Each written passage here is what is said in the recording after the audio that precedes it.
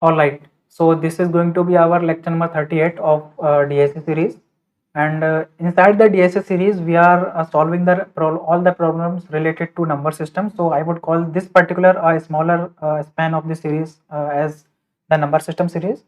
So in this particular series, we are going to cover all the problems related to number system, converting the binary to octal, octal to binary, decimal to octal, and vice versa.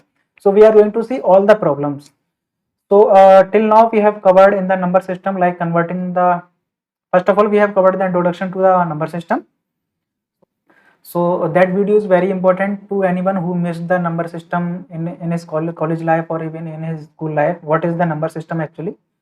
So and in this particular video we are going to see a very important problem, which is converting decimal into any base. In the last video what we have done is converting decimal into binary, but in this particular video we are going to write a program which would convert any decimal number into any base. Let's say the base can be octal, base can be binary also. So let us see now what is the exact problem. So this is the code for the last one, so let me explain it. So this is the explanation for last video. So in this particular video what we are going to see is decimal to any base. Previously we have solved decimal to binary, but now we will be solving the problem for any base. So if you remember, let's say we have to convert a decimal number into binary. So how do we do that? Let me explain again. So let's say we have to convert the binary for 10 from the decimal. So what I would do, I would take the remainder with 2. Why 2? Because in the base which we are going, we would take the remainder with that base only. That means let me do that also. 2 5s are 10, we are going to get the remainder 0. 2 to the 4, we are going to get the remainder 0, 1. 2 1s are 2, 0 remainder, and 2 zeros are 1, and 1 remainder. Fine. So here if you can relate here, we are having, we are going into the binary and the base for binary is 2. That means we are going to divide this number, or we are going to take this number with 2 only, which is our base. And one more thing is going to notice here, while converting this number or reversing this particular, because we have to take the number from here to here, that's why we have to reverse this number also. So while reversing this particular remainders, we had multiply with the power of tens. Let's say power of 10 0, power of 10 1, power of 10 2. But because why we have multiplied with 10? Because if you look at here in the first video, what I explained to you, this digit is 10 times greater than this digit. That means 6 into 10, which is 10 times greater than this digit, plus 3. Then only it will give you 63. If you directly add 6 plus 3, then it is going to give you 9, not 63. So that's why we have multiplied each digit with 10 only. Because if you see here, 3 into 10 to the power 0, 6 into 10 to the power 1, then only you are going to get 63. Fine. So that's why we have multiplied all the digits with power of tens. So that means in the base which we are currently, we would multiply the powers of that base only. So what does it means? We are going to binary from decimal, so we would take the base of the destination. Let's say we are going to decimal to binary. So the base for this is 10 and the base for this is 2. So while taking remainder, we would consider this base, and while multiplying, then we would consider this base. Fine. So while taking the remainder, then we would take this base only, and while multiplying these numbers, then we would take this base. So if it is confusing to you, then you should watch my last 2 videos related to number system, because that is the highly prerequisite for covering this particular video. So let me write the code for this. So this is the code for converting any number from decimal to binary. So I am going to change this function name decimal to any base.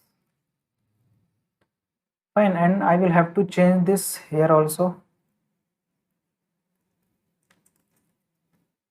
Sorry, I am noob actually in typing. Fine. So apart from typing, let's say I'm making a variable, let's say result, and initializing it with 0. Fine, and we are returning the result. Nothing much till here. Now what we have to do, this time we would take base as input from the user. Fine, base, and we will pass the base also, because we have to convert decimal into any base, so we would receive base on also. Now as I explained in the previous one, we have to take the remainder of n from base till the number is not 0. So we have to apply the while loop here, and we would take remainder. Now if you see here, with which number we would take remainder, we would take remainder with base, because here we are going into the, let's say we are going into the binary, then we would take the remainder from 2. Let's say we are going into the octal, then we would take the base from, we would take the remainder from 8.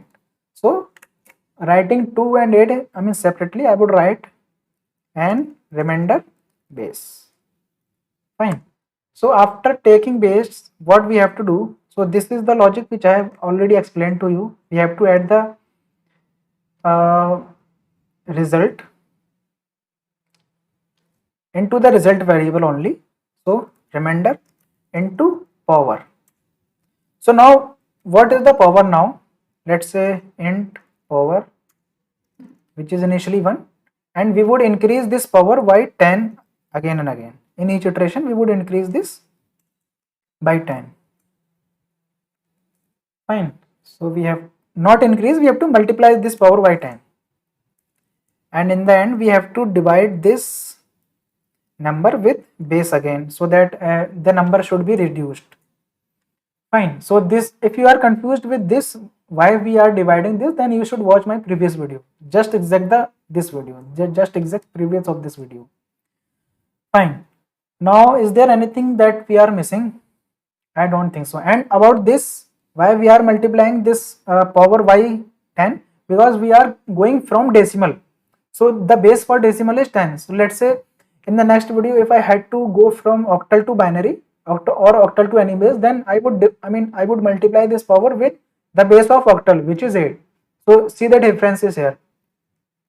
Fine. So we are done with this program. Let's give it a run directly.